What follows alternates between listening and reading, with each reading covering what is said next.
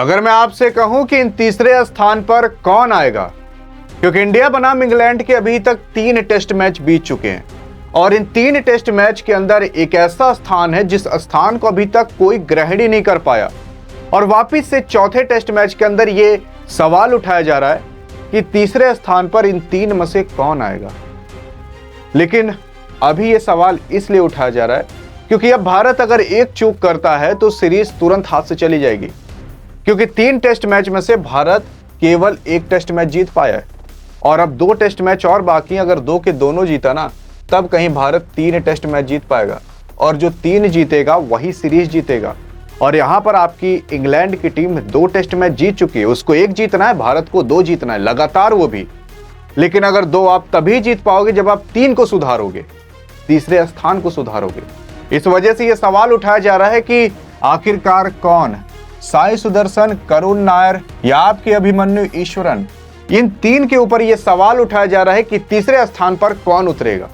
और यह अब फिक्स हो चुका है कि तीसरा स्थान चौथे के अंदर बदलने वाला है, क्योंकि एक समय हुआ करता था जब आपकी टीम इंडिया के अंदर चेतेश्वर पुजारा और विराट कोहली जैसे महान दिग्गज बैट्समैन तीसरे स्थान पर उतरा करते थे। लेकिन अब वही तीसरा स्थान इनके जाने के बाद ऐसा टूट सा गया है कि मानो कि तीसरे स्थान पर कोई आना ही नहीं चाहता और जो आता है वो तुरंत जाता है। लेकिन जब आपके चेतेश्वर पुजारा और विराट कोहली उतरा करते थे तो 100-100, 150-150 गेंद बीत जाती थी, एक दिन बीत जाते थे, लेकिन वो तीसरा स्थान कभी हटता नहीं था। लेकिन अब ये तीसरा स्थान ऐसा स्थान बन चुका है कि बस अगर ये आते हैं तो गेंदें गिनो कि किस गेंद पर ये तीसरा स्थान खत्म हो जाता है। और इस वजह से अब ये तीसरा स्थान चेंज करना काफी ज्यादा जरूरी है। और यह हम नहीं बल्कि आपके महान दिग्गज आकाश चोपड़ा साहब कह चुके हैं कि अब तीसरे स्थान पर कौन। आपके आकाश चोपड़ा ने यूट्यूब पर 12 मिनट 11 सेकंड की एक यही वीडियो डाली कि आखिरकार तीसरे स्थान पर कौन। आकाश चोपड़ा अगर आपको पता ना हो तो ये टीम इंडिया की तरफ से खेल भी चुके हैं। आकाश चोपड़ा पता ना हो तो ये टीम इंडिया की तरफ से और क्रिकेट के अंदर ये कमेंटेटर भी हैं, जिसकी वजह से अगर ये कुछ कहते हैं तो इनकी बातें सुनी जाती हैं। लेकिन तीसरे स्थान पर कौन आएगा आखिरकार इन्होंने फाइनल बता ही दिया। देखो, सबसे पहले यहाँ पर पहले टेस्ट मैच के अंदर एक आईपीएल के खिलाड़ी को उतारा गया था। आईपीएल के अंदर ये बंदा ऑरेंज कैप पाया था, लेकिन जब भारत के अंदर खिला गया तो वो जो नीली टोपी मिलती है ना, उसके लायक ये बंदा नहीं रह पाया, क्योंकि पहले ही टेस्ट मैच के अंदर ऐसा फ्लॉप हुआ कि मानो कि बस तुरंत टीम इंडिया ने इनको छटका दिया, क्योंकि दूसरे और तीसरे टेस्ट मैच के अंदर इनको तो मौका भी नहीं दिया गया। लेकिन इनको भी तीसरे स्थान पर ही उतारा गया था और तीसरा स्थान कहते हैं ना, 3 तिगाड़ा काम बिगाड़ा, तो तीसरा स्थान सबका काम बिगाड़ ही रहा है।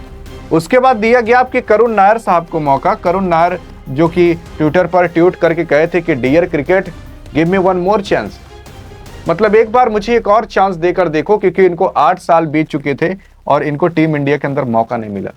लेकिन जब इनको मौका दिया गया तो इनको भी तीसरे स्थान पर ही मौका दिया गया, क्योंकि पहले स्थान पर आपके यशस्वी जायसवाल और के राहुल साहब उतरा करते थे। लेकिन उसके बाद करुण नायर को तीसरे स्थान पर मौका दिया गया। अगर आप कंफ्यूज हो कि सुमन गिल को मौका दिया जाता था तो चौथे नंबर पर उतरने लगे। तो करुण नायर को जब मौका मिला तो ये भी भाई फुस मार गए, जैसे दिवाली में पटाखे नहीं फुस मार देते, वैसे ये भी फुस मार दिए तीसरे स्थान पर। तो भाई जब ये देखा गया कि तीसरा स्थान टिक ही नहीं रहा है तो आपके कप्तान और हेड कोच साहब ये दोनों चिंतित में आ गए कि आखिर करें तो करें क्या, बोले तो बोले क्या। और अब इन्होंने करा भी नहीं, बोला भी नहीं, बल्कि ये एक्शन लेकर दिखा दिया कि अब क्या करना है। तो देखो, यहाँ पर आपके सुमन गिल साहब चौथे स्थान पर जब से उतरने लगे तब से तीसरे स्थान का जो लाइन और लेंथ है वो बिगड़ ही चुका है, क्योंकि आपके कप्तान साहब कप्तानी पारी खेलते हैं, जिसकी वजह से ये सोचते हैं कि पहले कुछ प्लेयर को मौका मिल जाए उसके बाद हम उतरें। लेकिन अब आपके आकाश चोपड़ा ने क्या कहा बताएं आपको। आकाश चोपड़ा कहते हैं कि देखो, अगर भारत अब एक भी गलती करता है तो वो एक गलती इतनी महंगी पड़ सकती है कि पूरी सीरीज हाथ से जा सकती है। और अगर करुण नायर को आप वापस से मौका देते हो तो आप वापस से वो गलती कर सकते हो, क्योंकि अगर इनको तीसरे स्थान पर उतारा गया तो 3 तिगाड़ा काम बिगाड़ा कहावत तो आप सुने ही होंगे।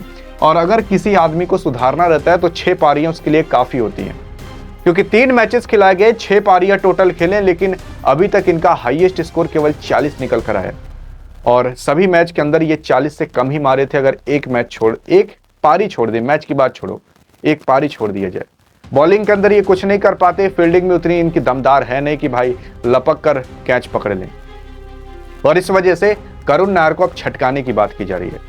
लेकिन एक खिलाड़ी और था जिसे एक मैच के बाद ही छटका दिया गया था, जिसका नाम था साई सुदर्शन। अब साई सुदर्शन साहब को कहा जा रहा है कि यार एक बार और मौका देना चाहिए, क्योंकि अगर आप देख रहे हो कि आपका 3 नंबर वाला प्लेयर नहीं परफॉर्मेंस कर पा रहा तो उसको छटकाना जरूरी है। ये कोई और नहीं, आकाश चोपड़ा साहब ने कहा।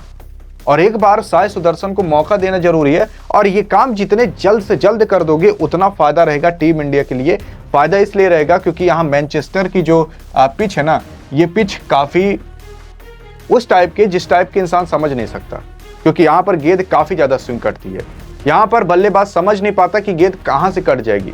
भाई स्पिनर के जितना तो बॉलर यहाँ पर कटा लेते हैं, और इस वजह से जो मैनचेस्टर के अंदर मैच खेला जाएगा वो काफी अहम मैच होगा, और इसके अंदर ये 3 नंबर वाला बैट्समैन काफी अहम रोल करेगा।